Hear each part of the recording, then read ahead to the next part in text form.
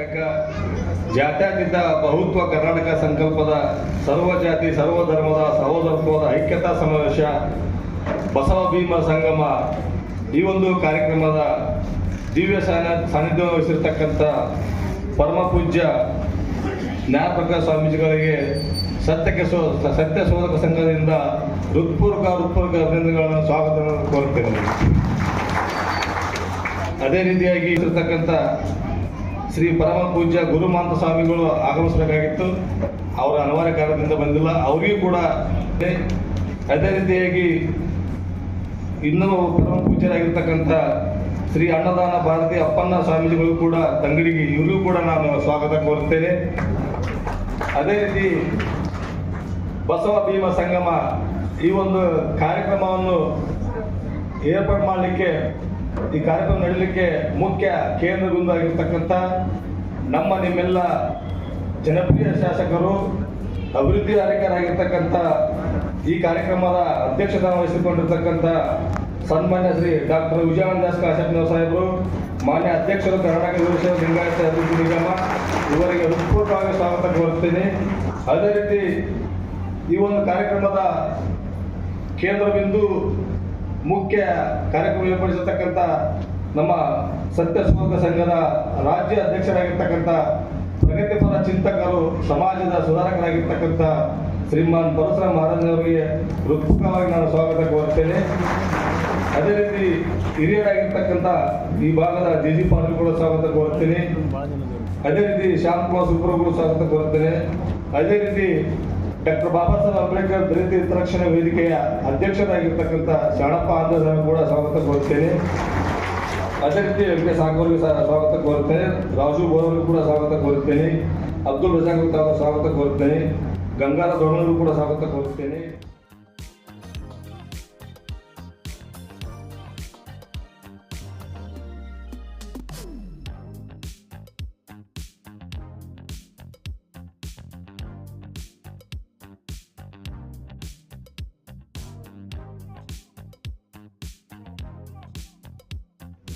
ಈ ಕಾರ್ಯಕ್ರಮ ವಿನೂತನವಾದದ್ದು, ವಿಶಿಷ್ಟವಾದದ್ದು ಅಂತ ಒಂದು ಮಾತನ್ನ ಹೇಳಿದ್ವಿ. ಯಾಕೆ ವಿನೂತನವಾದದ್ದು, ಯಾಕೆ ವಿಶಿಷ್ಟವಾದದ್ದು, ಯಾಕೆ ಇದರ ಅಗತ್ಯತೆ ಇದೆ? ನಮಗೆ ಬಸವನೂ ಗೊತ್ತು, ನಮಗೆ ಭೀಮನೂ ಗೊತ್ತು. ಈ ಬಸವ ಭೀಮರ ಸಂಗಮದ ಅವಶ್ಯಕತೆ ಏನಿದೆ ಅನ್ನೋದನ್ನ ಅರ್ಥೈಸ್ಕೊಂಡಿದೆ. ಬಸವ ಭೀಮ ತಾತ್ವಿಕವಾಗಿ, ಸೈದ್ಧಾಂತಿಕವಾಗಿ ಒಂದೇ ಮರದ ಒಂದನ್ನ ಈ ಎರಡು ಮಹಾದಿಗ್ಗಜಗಳು ತಮ್ಮ ತಮ್ಮ ಕಾಲಾವಧಿಯಲ್ಲಿ ಮಾಡಿದ್ರು. ಸಾಕಷ್ಟು ಜನಕ್ಕೆ ಒಂದು ಪ್ರಶ್ನೆ ಇತ್ತು, ಬುದ್ಧನ ಅನುಪಸ್ಥಿತಿ ಅಂತ ಕೆಲವೊಬ್ಬರು ಮಾತನಾಡಿದರು.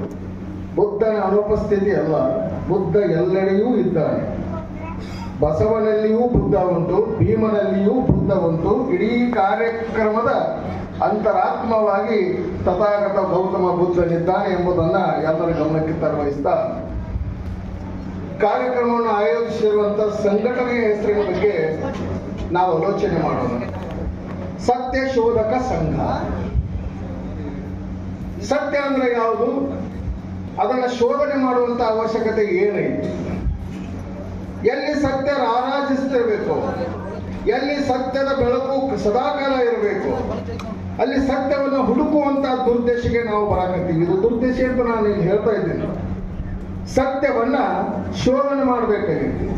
ಯಾಕೆ ಸತ್ಯವನ್ನ ಶೋಧನೆ ಮಾಡಬೇಕಾಗಿತ್ತು ಅಂದ್ರೆ, ಸುಳ್ಳು ರಾರಾಜಿಸಲಿಕ್ಕೆ ಹತ್ತಿದೆ, ಸುಳ್ಳು ವಿಜೃಂಭಿಸಲಿಕ್ಕೆ ಹತ್ತಿದೆ.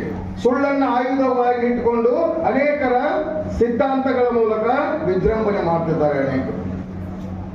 ಒಂದು ದೃಷ್ಟಾಂತ ನಮಗೆಲ್ಲ ಗೊತ್ತು, ನಿಮಗೆಲ್ಲ ಗೊತ್ತು. ಸತ್ಯ ಮತ್ತು ಸುಳ್ಳು ಒಂದು ಸಾರಿ ಸ್ನಾನ ಮಾಡಕ್ ಹೋಗಿರ್ತಾವ. ಒಂದು ಹೊಂಡದಲ್ಲಿ ಸತ್ಯ ಮತ್ತು ಸುಳ್ಳು ಸ್ನಾನ ಮಾಡ್ಲಿಕ್ಕೆ ಹೋಗಿರ್ತಾವ. ಎರಡು ಆ ಕೊಳದಲ್ಲಿ ಇಳಿದು ಸ್ನಾನ ಮಾಡ್ತಿರ್ಬೇಕಾದ್ರೆ ಸುಳ್ಳು ಜಲ್ದಿ ಜಳಕ ಮುಗಿಸಿಬಿಡುತ್ತೆ. ಸುಳ್ಳು ಜಲ್ದಿ ಸ್ನಾನ ಮುಗಿಸಿ ಮ್ಯಾಲೆ ಒಂದು ಈ ಸತ್ಯ ಏನ್ ಬಿಟ್ಟಿರ್ತೈತಲ್ಲ ಬಟ್ಟಿ, ಆ ಸತ್ಯದ ಬಟ್ಟೆಯನ್ನು ತಗೊಂಡು ಸುಳ್ಳು ತಾನು ಧರಿಸುತ್ತೆ, ತಾನು ಹಾಕೊಳ್ಳುತ್ತೆ, ಹೋಗಿಬಿಡುತ್ತೆ. ಸತ್ಯ ಜಳಕ ಮಾಡಿ ಹೊರಗಡೆ ಬಂದಾಗ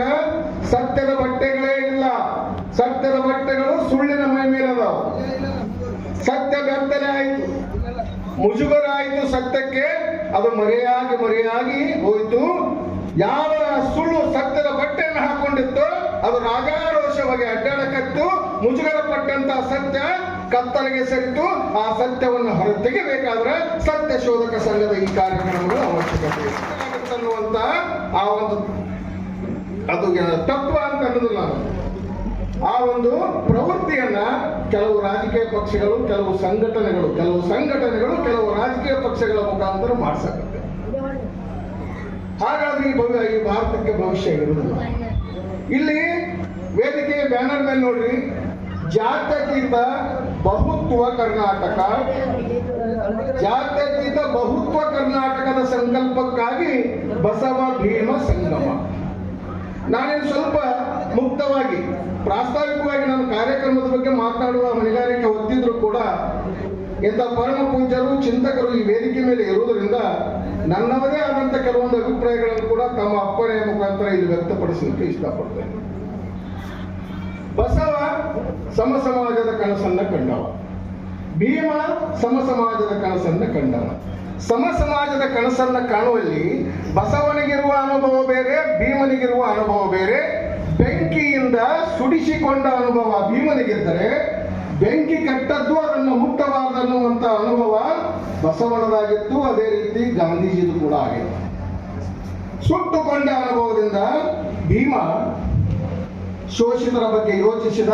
ತನ್ನಂತೆ ಶೋಷಿತರು ಮೈ ಸುಟ್ಟುಕೊಳ್ಳಬಾರದನ್ನೋ ಉದ್ದೇಶಕ್ಕೆ ಶೋಷಿತರನ್ನ ಹೊಣೆ ಕರೆದುಕೊಂಡು ಅನುಭವ ಮಂಟಪ ಅನ್ನುವಂತ ಒಂದು ದೊಡ್ಡ ಆದರ್ಶವನ್ನು ಇಟ್ಟುಕೊಂಡು ಅವರನ್ನೆಲ್ಲ ಮೇಲ್ಪಂಕ್ತಿಗೆ ತಂದ.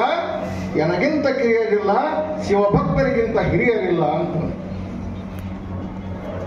ಈ ಎರಡೂ ಪೂರಕ ಶಕ್ತಿಗಳಲ್ಲಿ ಇವತ್ತು ನಾವು ಧರ್ಮ ಅನ್ನುವಂಥ ಪ್ರಕ್ರಿಯೆಗೆ ಬಂದ್ರೆ, ಯಾಕೆ ನಾವು ಧರ್ಮವನ್ನ ಕುರಿತಾಗಿ ಪದೇ ಪದೇ ವೇದಿಕೆಯ ಮೇಲೆ ಮಾತಾಡ್ತೀವಿ ಅಂತಂದ್ರೆ, ಧರ್ಮ ಅನ್ನುವುದು ರಾಜಕೀಯದ ಸರಕಾಗಕತ್ತೆ.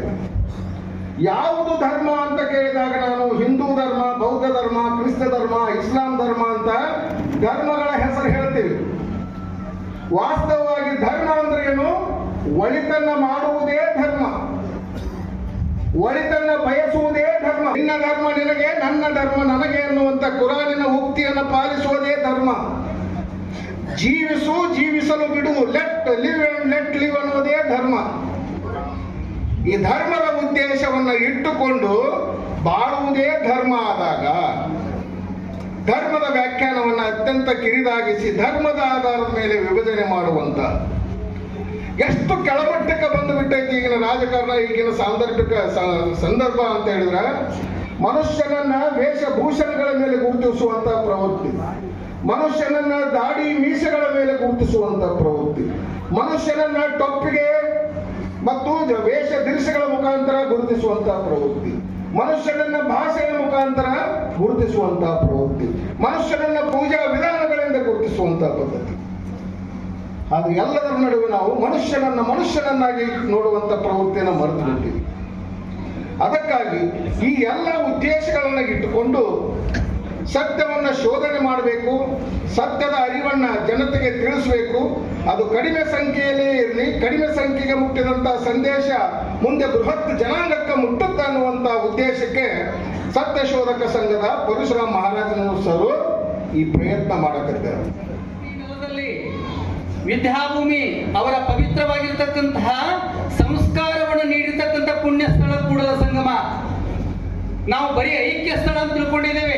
ಇಂಥ ಪವಿತ್ರವಾಗಿರ್ತಕ್ಕಂಥ ಸಂಗಮದಲ್ಲಿ ಸಂಸ್ಕಾರವನ್ನ ಪಡೆದು ಆ ಅಣ್ಣ ಬಸವಣ್ಣ ಈ ನೆಲದಲ್ಲಿ ಬರದೇ ಹೋಗಿದ್ರೆ, ವಚನ ಸಾಹಿತ್ಯವನ್ನು ರಸ್ತೆ ಹೋಗಿದ್ರೆ, ಅನುಭವ ಮಂಟಪವನ್ನ ಪಡೆದೇ ಹೋಗಿದ್ರೆ, ಬಹುತೇಕ ನಾವು ನೀವೆಲ್ಲರೂ ಇವತ್ತು ಇಲ್ಲಿ ಕೂಡ್ಲಿಕ್ಕೆ ಸಾಧ್ಯ ಆಗ್ತಾ ಇರಲಿಲ್ಲ ಅಂತ ನಾನು ಭಾವಿಸ್ತೇನೆ.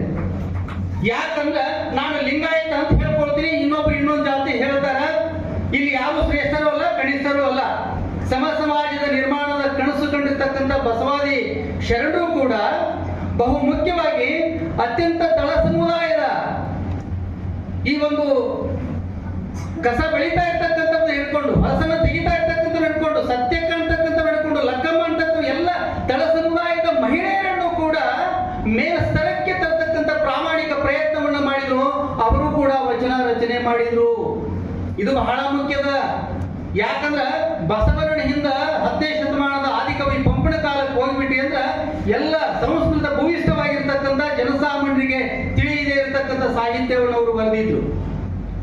ಆ ತಿಳಿಯದೇ ಇರತಕ್ಕಂಥ ಸಾಹಿತ್ಯದಿಂದ ಅದು ಅರಮನೆಯ ರಾಜ ಮಹಾರಾಜರಿಗೆ ಮೇಲ್ವರ್ಗದವರಿಗೆ ಮಾತ್ರ ಸಾಹಿತ್ಯ ಪೂರಕ ಆಗಿತ್ತು. ಜನಸಾಮಾನ್ಯರಿಗೆ ಆ ಸಾಹಿತ್ಯ ಅರ್ಥ ಇರಲಿಲ್ಲ. ಇದನ್ನ 12ನೇ ಶತಮಾನದ ಬಸವಾದಿ ಶಿವಶರಣರು ಅರ್ಥ ಮಾಡಿಕೊಂಡ್ರು. ಅದನ್ನ ಅರ್ಥ ಮಾಡಿಕೊಂಡು ಸರಳಗನ್ನಡದಲ್ಲಿ ಈ ನೆಲಮೂಲದ ಭಾಷೆಯಲ್ಲಿ ವಚನಗಳನ್ನು ರಚನೆ ಮಾಡಿದ್ರು ಬಸವಾದಿ ಶಿವಶರಣರು.